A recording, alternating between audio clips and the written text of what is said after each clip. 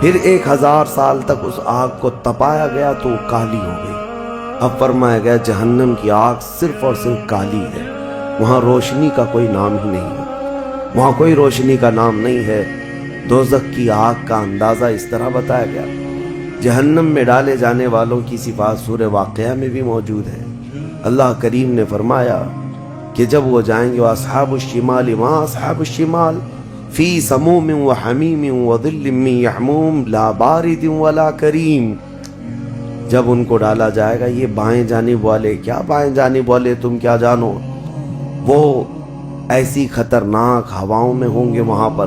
اچھا، 3 طرح کا عذاب بتایا گیا ہے، ایک آگ کا عذاب، ایک دھوئیں کا عذاب، اور ایک ٹھنڈ کا عذاب بھی ہے۔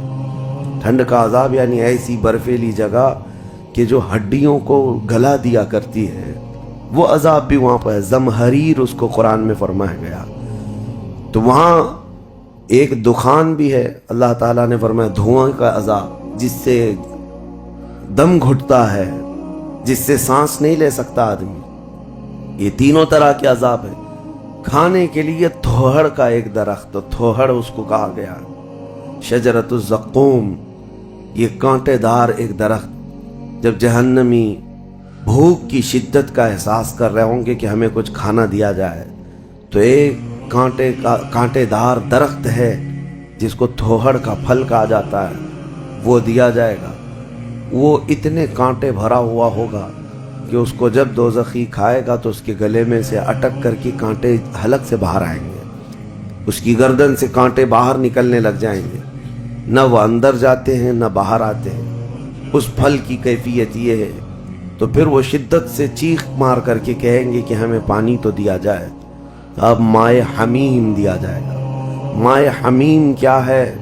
اللہ تبارک و تعالیٰ نے قرآن میں فرمایا فشاربون شرب الہیم۔ یہ سورہ واقعہ میں اللہ تعالیٰ نے فرمایا کہ ان لوگوں کو اس دن جو پانی پلایا جائے گا وہ جہنمیوں کا سڑا گلا ہوا پیپ ہوگا جس کو پکایا جائے گا، اور اس کے بعد وہ اتنا کھولتا ہوگا کہ جب ان کو پھل ہضم کرنے کے لیے دیا جائے تو وہ پانی قریب کریں گے تو ان کے نیچے کا جبڑا لٹک کر کے نیچے زمین تک آ جائے گا، یعنی اس کی جھلس کر کے آگ اتنا گرم ہوگا، اس کے سوا ان کے پاس کوئی چارہ نہ ہوگا۔ وہی پانی جب وہ پینے کی کوشش کریں گے تو وہ پھل تو ختم ہوگا لیکن ان کی انتڑیاں پیچھے کے مقام سے نکل چکی ہوں گی۔ یہ کیفیت ان کی کنٹینیو ہوتی ہوگی۔ آپ تو یہ سمجھ رہے ہوں گے کہ کتنا دردناک عذاب ہے، اس کے بعد تو موت ہے، لیکن حدیث پاک میں یہ بھی ہے کہ جب ان جہنمیوں کا یہ عذاب دیکھیں گے تو وہ اتنا چیخ چیخ کر کے داروغ دوزخ حضرت مالک رحمۃ اللہ رضی اللہ تعالیٰ عنہ سے درخواست کریں گے۔ حضرت مالک علیہ السلام جو جہنم کے داروغہ ہیں، اس فرشتے سے یہ پکار کر کے کہیں گے کہ ہماری بات کرا رب تعالیٰ سے، ہمارا حساب کر دے، ہمارا یہاں خاتمہ ہو جائے، ہم یہ سہ نہیں پا رہے ہیں۔ قرآن پاک میں یہ بھی ہے کلما نضجت جلودہم بدلناہم جلودا غیرہا لیذوقوا العذاب۔ جب ان کی چمڑیاں جلیں گی، اللہ فرماتا ہے ہم دوسری چمڑی پہنا دیں گے تاکہ وہ نیا عذاب چکھ سکیں۔ حضرت کعب احبار رضی اللہ تعالیٰ عنہ فرماتے ہیں 1 گھنٹے میں 70 بار چمڑی بدلی جائے گی، 1 منٹ سے بھی کم ٹائم میں ان کی چمڑی بار بار بدلی جائے گی تاکہ وہ نیا عذاب چکھ سکیں۔ کیونکہ چمڑی جلنے کے بعد جیسے کہ سائنس بھی کہتی ہے کہ پین ریسیور ختم ہو جاتا ہے، درد کو وہ محسوس کرنے والا حصہ جلنے کے بعد کم ہوتا ہے، اور قرآن کہتا ہے کہ ہم نئی چمڑی ان کو لگائیں گے تاکہ درد کا احساس ہر بار ہوتا رہے۔ اب جب وہ 1000 سال تک حضرت مالک علیہ السلام ان کی طرف توجہ نہیں کریں گے اور پھر کہیں گے تم مجھے کیوں کہتے ہو، تمہارے رب سے کہو۔ اس کے بعد پھر 1000 سال تک وہ حضرت مالک کو چیختے رہیں گے کہ رب سے ہماری بات کرا۔ حضرت مالک اللہ کریم کی بارگاہ میں کہتے اے رب العالمین، دوزخ میں پڑے ہوئے ان تمام جہنمیوں نے تجھے پکارا ہے، تو ان کا فیصلہ فرما دے۔ اب رب تبارک و تعالیٰ فرماتا ہے 2 روایات میں، اس میں سارے کفار بھاگتے ہوئے دروازے کی طرف آئیں گے اور جنتیوں کو بھی بلایا جائے گا اور جنتی بھی بھاگتے ہوئے دروازے تک آئیں گے۔ جنتی ڈر رہے ہوں گے کہ کہیں ہم کو نکلنے کے لیے نہ کہا جائے، اور دوزخی اس بات کی خوشی میں ہوں گے کہ شاید ہم کو یہاں سے نکالا جا رہا ہے۔ اور جب سب پورے دروازے کے قریب پہنچیں گے تو رب تبارک و تعالی جہنمیوں سے پوچھتا ہے، سوال فرماتا ہے کہ اگر تمہارے یہاں سے نکلنے کے لیے فدیہ دینا پڑے تو کیا دے سکتے ہو؟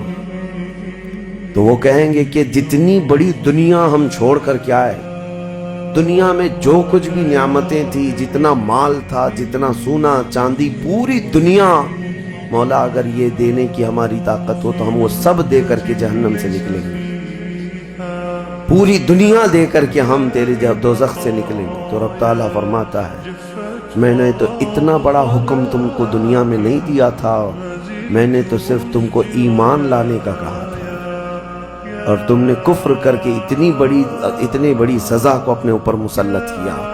آج پوری دنیا فدیے میں دینے کو تیار ہو، اور کل جب تم زندہ تھے تو 2 رکعت تمہارے لیے بھاری تھی، تمہارے لیے راہ خدا میں 1 روپیہ بھاری تھا، اور آج پوری دنیا فدیہ میں صدقہ کر کے نکلنا چاہتے ہو۔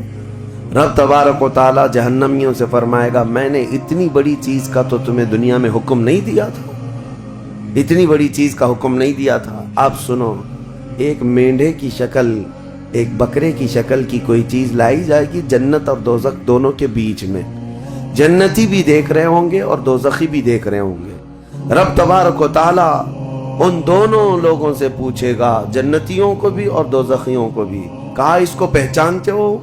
اس کو پہچانتے ہو؟ یہ کیا چیز ہے؟ سب پکار کر کہیں گے ہاں مولا ہم پہچانتے ہیں، یہ موت ہے، یہ موت ہے جو ہمارے ہاں آیا کرتی تھی، موت کو سب پہچانیں گے۔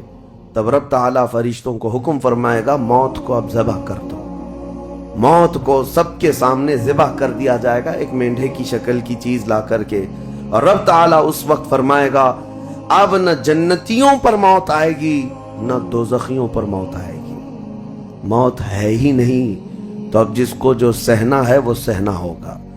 تم 10 بار جلائے جاؤ گے تو بھی مرنا نہیں ہے، تم 10 بار کاٹے جاؤ تو بھی مرنا نہیں ہے۔ اب رب تعالیٰ قرآن میں فرماتا فی ناری جہنم و فیہا خالدون، دوزخ کے عذاب میں، دوزخ کی آگ میں ہمیشہ ہمیش کے لیے چلے جاؤ۔ میں نے خطبے میں یہی آیت شروع میں پڑھی تھی سأصلیہ سقر وما ادراک ما سقر، اللہ فرماتا ہے میں تمہیں جھونک دوں گا دوزخ میں، اور تم کیا جانتے ہو کہ دوزخ کیا ہے، دوزخ کیا ہے؟ اللہ تعالیٰ نے قرآن پاک میں اس کے متعلق فرمایا ہے وما ادراک ما ہی نار حامیہ، تمہیں پتا ہے کہ یہ کیا ہے؟ کہ اس دن دوزخ کے سلسلے میں، اور نبی پاک صلی اللہ تعالیٰ علیہ وسلم سے جبرائیل امین نے قسم لے کر کے فرمایا یا رسول اللہ صلی اللہ علیہ وسلم اگر دوزخ کے اندر سے ایک سوراخ کھول دیا جائے دنیا کی طرف تو پوری دنیا صرف اس سوراخ کی گرمی سے مر جائے گی، پوری دنیا میں موجود لوگ ختم ہو جائیں گے اگر ایک سوراخ دوزخ کا کھول کر کے دنیا کی طرف کر دیا جائے۔ اور یہ بھی فرمایا کہ جو جہنم کے فرشتے ہیں عذابات دینے کے لیے، ان فرشتوں میں سے ایک فرشتہ بھی دنیا میں اتر جائے تو اس کی ہیبت سے لوگوں کے بھیجے پھٹ جائیں، اس کی ہیبت سے لوگ زمین بوس ہو جائیں، بے ہوش ہو جائیں، ایک فرشتے کو دیکھنے کی تاب نہیں رکھتے دنیا میں۔ عزیزان گرامی وقار، وہ ہے دوزخ، یہ ہے جہنم، جس کی متعلق ابھی میں نے جو کہا وہ شاید 5% بھی نہیں کہا ہوگا، مختصر سی بات میں اس لیے آج یہ آپ کے سامنے رکھا کہ لوگوں کو یہ ہلکا لگتا ہے کہ دوزخ سے آزاد ہو رہا ہے، کوئی جیل ہے کہ یہاں سے آزاد ہو گیا، پہلے وہاں پر بھی کھانا پانی سب چل رہا تھا۔ دوزخ، جہنم، جس کے تصور سے رونگٹے کانپ جائیں جسم کے اندر۔ صحابہ ڈرتے تھے، اولیاء ڈرتے تھے، انبیاء ڈرتے تھے، جن کے لیے میرے آقا صلی اللہ تعالیٰ علیہ وسلم نے بشارت دے دی تھی جنت کی، اس کے باوجود وہ خوف سے تھراتے تھے۔ دوزخ کا ذکر آتا قرآن پاک میں تو اللہ نے سورہ فجر میں فرمایا کلا اذا دکت الارض دکا دکا وجاء ربک والملک صفا صفا وجیء یومئذ بجہنم، یہ وہ دن ہوگا جب پوری زمین ہلا دی جائے گی، ہلا دی جائے گی، سب کچھ ہل جائے گا، اور فرشتے صف در صف اللہ کی بارگاہ میں ہیبت سے کھڑے ہوں گے، کسی کی بات کرنے کی ہمت نہیں ہوگی، اور اس وقت دوزخ کو لایا جا رہا ہوگا، اور دوزخ کو لائے جانے کا جو منظر بتایا گیا ہے، اللہ اکبر، 70,000 فرشتے جب اسے کھینچ رہے ہوں گے، پورے محشر میں ایک ہلچل ہوگی، پورے محشر کے میدان میں ایک عجیب سی ہلچل ہوگی کہ جہنم کو لایا جا رہا ہے، دوزخ کو لایا جا رہا ہے، اور ہر ایک ڈرا ہوا ہوگا، نہ جانے کس کا نام آئے گا، پتہ نہیں کس کو وہاں جھونکا جائے گا، اور دوزخ کی زبان بھی ہے، وہ آگ اگل رہی ہوگی اور جہنمیوں کی طرف بہت تیزی سے دیکھ رہی ہوگی، یہاں تک کہ ایک حدیث میں یہ بھی ملتا ہے، نبی اقدس صلی اللہ تعالی علیہ وسلم قیامت کے دن اس دوزخ کو دیکھ کر کے رو رہے ہوں گے، میرے آقا صلی اللہ تعالی علیہ وسلم، اے اللہ آخر اس دوزخ کو لایا گیا، کیا اس میں اب میری امت کو جھونکا جائے گا؟ حضور اکرم صلی اللہ تعالی علیہ وسلم اس دن دوزخ کے ان حالات کو دیکھ کر رو رہے اللہ کریم کی بارگاہ میں۔ عزیزان گرامی وقار، اس سے آزادی کے لیے جو اولیاء کرام رویا کرتے تھے وہ معمولی چیز نہیں ہے۔ آج تو ہماری کیفیت یہ ہے، دوزخ دوزخ دوزخ، کچھ رہ نہیں گیا، ہلکے انداز میں بولنا، ہلکے انداز میں سن لینا اور چلے جانا۔ کیا ہمارے دلوں پر کچھ اثر ہوتا ہے؟ کیا ہماری آنکھیں بھیگتی ہیں اس نعرے دوزخ سے، جس کا صرف اور صرف تذکرہ سن کر کے ہمارے اندر ایمان ہو تو تڑپ جانا چاہیے کہ اے اللہ میں تیری دوزخ کے عذاب کو سہنے کے قابل نہیں، آج موم بتی میں میری انگلی جل جائے تو میں برداشت نہیں کر پاتا، تو پھر اس دوزخ کا کیا حال ہوگا جس کے متعلق حضور صلی اللہ علیہ وسلم فرماتے ہیں دنیا کے جتنے بڑے اونٹ ہوتے ہیں اتنا بڑا تو دوزخ کا ایک بچھو ہوگا، ایک بچھو ہوگا، اونٹوں کے برابر کے بچھو ہوں گے، اور سانپوں کا ڈنک ایسا ہے کہ وہ سانپ کا ڈنک کسی پہاڑ پر بھی یہاں کی وہ مار دے سانپ دوزخ کا تو پہاڑ کے اندر ٹکڑے ٹکڑے ہو جائیں، پاش پاش ہو جائے، لیکن یہ سب دوزخیوں پر مسلط کیا جائے گا۔ نبی اکرم صلی اللہ تعالی علیہ وسلم سے پوچھا گیا ہلکا عذاب کیا ہے؟ آپ فرماتے ہیں آگ کی جوتیاں پہنائی جائیں گی جس کی گرمی سے تانبے یا پیتل کی پتیلی میں کوئی پانی جیسا پکتا ہے، ایسا اس کا بھیجا پک کر ابل رہا ہوگا، اور وہ یہ سمجھے گا کہ میں سب سے بڑے عذاب میں مبتلا ہوں۔ حضور فرماتے جبکہ وہ سب سے ہلکے عذاب میں ہوگا، اور جو دردناک عذاب ہے، جو ذلت والا عذاب ہے، جو بڑا عذاب ہے، اس کا تو اندازہ ہی نہیں۔ لیکن یہ تمام حالات اس رمضان کے اخیر عشرے میں میں اسی لیے عرض کر رہا ہوں کہ یہ عشرہ وہ مبارک ہے کہ جس کے متعلق حدیث میں ہے کہ اس میں اللہ تعالیٰ بہت سارے لوگوں کو دوزخ سے آزاد کرتا ہے۔ وہ کون لوگ ہوں گے جو دوزخ سے آزاد ہو رہے ہوں گے؟ کاش ان کو طلب ہوتی کہ ہم دوزخ سے آزاد ہوتے اس آخری عشرے میں، ورنہ آخری عشرے میں تو لوگ رات بھر کیرم کھیلنے میں گزار رہے ہیں، رات بھر فٹ بال اور کرکٹ کھیل کر کے، جبکہ بخشش کی راتیں ہیں۔ اللہ کریم ارشاد فرما رہا ہے ان راتوں میں مجھ سے مانگ لو میں تمہیں جہنم سے آزاد کروں گا۔ کس کو پڑی ہے؟ کس کو پڑی ہے؟ ہر کوئی یہ سوچتا ہے کہ رات کس طرح سے بتائیں۔ لوگ اپنے رات کے ٹائم پاس کرنے کے لیے الگ الگ ہیلے بہانے ڈھونڈ رہے ہیں، کسی کو لوڈو کھیلنا ہے، کسی کو کیرم کھیلنا ہے، کسی کو کرکٹ کھیلنا ہے۔ او امت مصطفیٰ، تمہاری قسمت کیا ہو گئی؟ تمہاری سوچیں اور تمہاری فکریں کیسے بدل گئی؟ زندگی تو کھیل کود میں گزری ہی ہے، کیا یہ آخری عشرہ بھی تم اسی طرح کھیل کود میں گزارو گے؟ وہ رحمان رب ذوالجلال جس کی ہیبت سے ملائکہ کانپ رہے ہیں، ملائکہ تمہاری طرف دیکھ کر کے کیسے رشک کرتے تھے، لیکن آج کیا ہو گیا تمہارے اوپر؟ آج بھی ملائکہ دیکھ رہے ہوں گے، اور اللہ کریم روزانہ پکار رہا ہے اس امت کو، لیکن یہ امت اس کی طرف توجہ نہیں کرنا چاہتی۔ کسی کو مانگنا نہیں ہے کہ مولا ہماری بخشش کرتے ہیں۔ تراویح میں بھی تو ایسے بھاگتے ہیں جیسے لگتا ہے کہ باہر ان کا سامان چھوٹ گیا ہے، ایسے فوراً مسجد سے بھاگ کر چلے جائیں۔ تمہیں 1 گھنٹہ اللہ کے گھر میں بھاری پڑ جاتا ہے، کوئی حافظ اگر 10 منٹ زیادہ کر دے تو اس کے اوپر بمباریاں ہو جاتی ہیں، لوگوں کو ایسا لگنے لگتا ہے جھیلا دیا آج تو اس نے کس کام میں۔ ارے میرے عزیزو، جو جنتی خواتین کی سردار ہے میرے مصطفیٰ کی بیٹی، سجدے سے سر اٹھاتی تھی صبح کے وقت، پھر یوں کہتی تھی کہ مولا تیری راتیں کتنی چھوٹی ہو گئی کہ میرا سجدہ پورا نہیں ہو پاتا، تیری راتیں کتنی چھوٹی ہو گئی کہ میرا پورا سجدہ نہیں ہو پاتا، اور تم یہاں پر رکعتوں کو گن گن کر کے بھاگنے کی فراق میں ہو۔ دنیا کے ہزاروں کام پڑے ہیں میرے عزیزوں، لیکن کیا ہوگا اس دن جب قیامت کے دن فیصلہ سنا دیا جائے؟ اس دن سوائے اس کے کچھ نہیں کہو گے کہ اے اللہ ربنا اخرجنا نعمل صالحا، اے اللہ ہم کو یہاں سے نکال دے، ہم نیک کام کر کے آئیں گے۔ یہ قرآن میں ہے، دوزخی ہر ایک پکارے گا ربنا اخرجنا نعمل صالحا غیر الذی کنا نعمل، پہلے جیسے کرتے تھے ویسا نہیں کریں گے، ہم اچھا کام کر کے آئیں گے، ایک بار ہم کو نکال دیں۔ رب تعالیٰ فرماتا ہے کلا، ہرگز نہیں، ہرگز نہیں۔ اللہ فرماتا ہے اب اس کے بعد کوئی موقع نہیں، اور جہنم کا دربان خود ان سے پوچھتا ہے الم یاتیکم نذیر، کیا تمہارے پاس کوئی ڈر سنانے والا آیا نہیں تھا؟ وہ کہیں گے قالوا بلا، ہاں آیا تو تھا، آیا تھا، ہم کو دوزخ کے متعلق بتایا تھا۔ فکذبنا وقلنا ما نزل اللہ من شیء، ہم نے تو جھٹلا دیا تھا، ہم نے تو کہہ دیا تھا کہ اللہ کی طرف سے کیا چیز آئی ہے۔ سورہ ملک پڑھو تبارک، اس میں بھی اللہ تعالیٰ نے فرمایا اذا القوا منہا، یعنی جب کبھی اس میں ڈالے جائیں گے تیز چنگھاڑ سنیں گے اور ان کو تانے دیے جائیں گے جہنمیوں کو۔ میرے عزیزو، وہ کون سے اعمال ہیں جو لے کر کے جاتے ہیں؟ وہ ایک لمبی فہرست ہے۔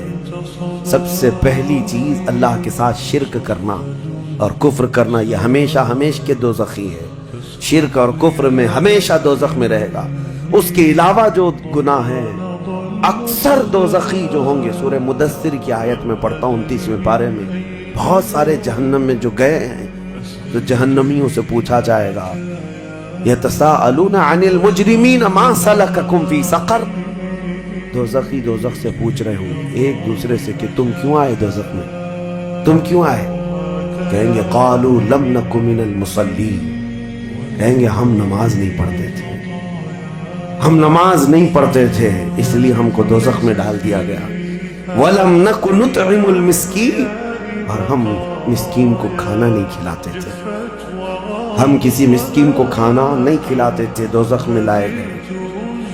وَكُنَّا نُكَذِّبُ بِيَوْمِ الدِّينِ، ہم قیامت کے دن کا انکار کر بیٹھے تھے اس لیے دوزخ میں آئے۔ الگ الگ کیٹیگری ہے جہنمیوں کی۔ میرے عزیزوں، بات طویل ہے لیکن میں صرف اتنا احساس دلانا چاہتا ہوں، جب تمہارے پاس اتنا حسین موقع آ گیا، خاص کر دیا گیا کہ یہ عشرہ دوزخ سے آزادی کا عشرہ ہے، تو کیسے دوڑنا چاہیے، کیسے بھاگنا چاہیے طلب میں کہ اے مولا میرا یہ کمزور جسم گناہ آلود ضرور ہے، نفس امارہ کا شکار ضرور ہے، لیکن مولا تیری وحدانیت کا قائل ہے، تیری ربوبیت اور تیری عظمت کے پکار سے ہی میں زندہ رہا۔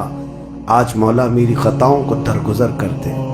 ایک بار بھی اگر تم اس کے سامنے روئے تو جانتے ہوگا کیا، قیامت کے دن جب دوزخ کی آگ بھڑک کر کے امت مصطفیٰ کی طرف آ رہی ہوگی، میرے آقا فرماتے ہیں امتی دوڑ دوڑ کر کہہ رہے ہوں گے ہم نمازی تھے، کوئی کہہ رہا ہوگا ہم حاجی تھے، کوئی کہہ رہا ہوگا ہم خیرات کرنے والوں میں سے تھے۔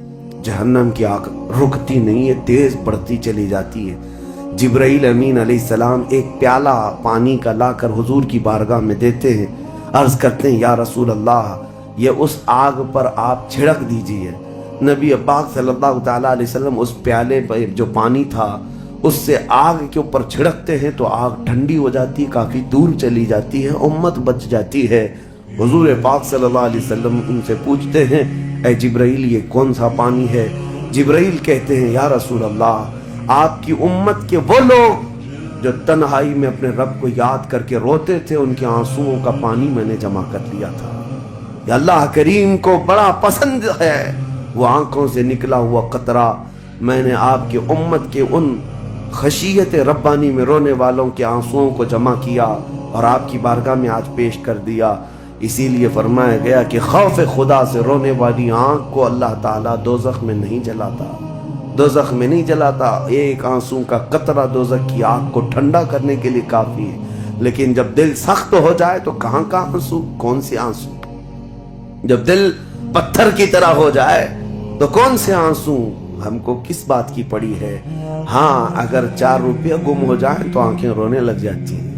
دیکھو ابھی اگر تمہارا موبائل، گھڑی، پرس گم ہو جائے تو رونے لگ جاؤ، گھر میں کسی کے ساتھ کچھ ہو جائے تو رونے لگ جاؤ۔ دنیاوی چیزوں میں تو ہمارا دل لگا ہوا ہے، ہماری آنکھیں بہتی بھی ہیں تو دنیا کے کھونے پر رونا، دنیا کے جانے پر۔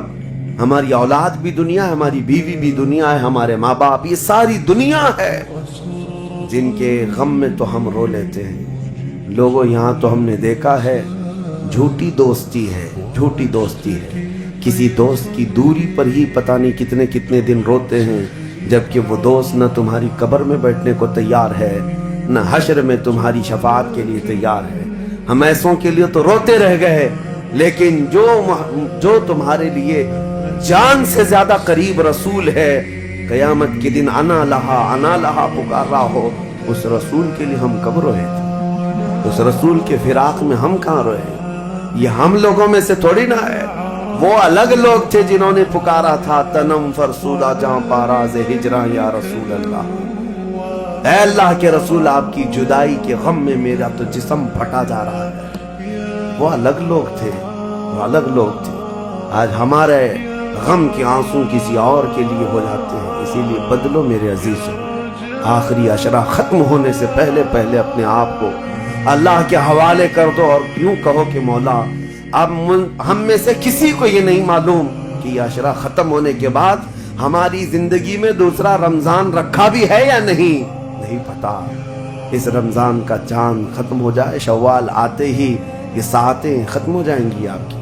اس کے بعد ایک جمعہ بچ گیا آپ کے پاس، آخری جمعہ، یہ ایک ہفتہ رہ گیا اور اس کے بعد رمضان ختم ہوگا، اور کوئی گارنٹی نہیں ہے اگلا رمضان تم دیکھو گے۔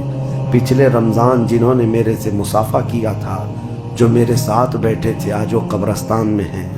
میں جانتا ہوں، میں جنازہ اٹھایا ہوں، میں نے جنازہ پڑھا ہے، جو رمضان المبارک میں بالکل صحت مند تھے، لیکن اس رمضان تک ان کی زندگی نہیں رکھی گئی تھی، وہ جا چکے۔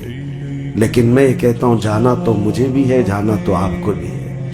ہم میں سے یہ نہیں معلوم کہ آخری رمضان کو ہم قدر کے ساتھ گزاریں یا اسی طرح بے قدری میں گزارتے ہیں۔ میں بچوں سے کہتا ہوں، یہ پلان کرنا، یہ منصوبے کرنا چھوڑ دو۔ آج کی رات کتنی گپیں لگائیں گے، آج کی رات کتنا کھیلیں گے، آج کی رات ٹائم کیسے بتائیں گے۔ میرے عزیزو، آج کی رات سوچو یہ کہ میرے مولا کو کیسے مناؤں گا۔ ہر رات یہ سوچو کہ میرے رب کو آج کیسے میں مناؤں، وہ کن الفاظ سے مانتا ہے، وہ کن باتوں سے رب تبارک و تعالیٰ خوش ہوتا ہے۔ اس تمنا اور اس فراق میں رہو۔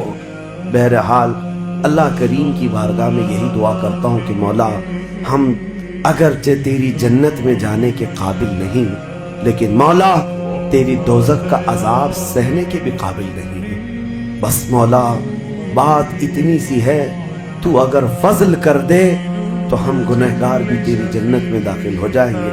الہی لست للفردوس اہلا ولا اقوى على نار الجحیم فاغفر ذنوبی بفضل جودک یا اللہ، فاغفر ذنوبی بفضل جودک یا اللہ، وآخر دعوانا الحمد للہ رب العالمین۔